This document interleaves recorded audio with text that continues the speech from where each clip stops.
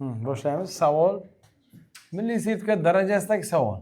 Tushib qolishi mumkin. ABC'da kvadrat berilgan, kvadrat diagonal o'tkazilgan va diagonalga bitta A uchidan AY kesma o'tkazilgan.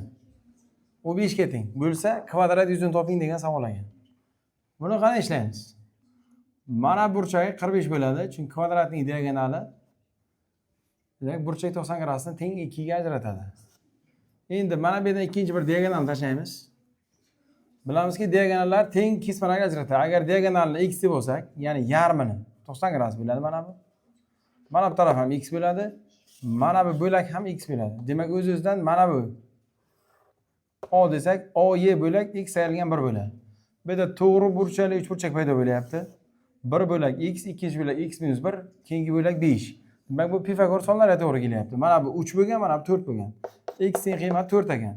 Demak, bu 4 bo'lsa, bu tarafi ham 4 bo'ladi. Umumiy diagonalni o'zi 8 bo'ladi. Kvadratda bilamizki, diagonal a ildiz 2 ga teng. Agar tomondan a deb olsak. Shu yerdan a ni topsak, 4 ildiz 2 bo'ladi. Mana tomon topib oldik. Yuzasiga o'tamiz. Kvadrat yuzi a kvadratga teng. 4 ildiz 2 ning kvadrati. Natija 32 chiqadi. Bu savol tushishi mumkin.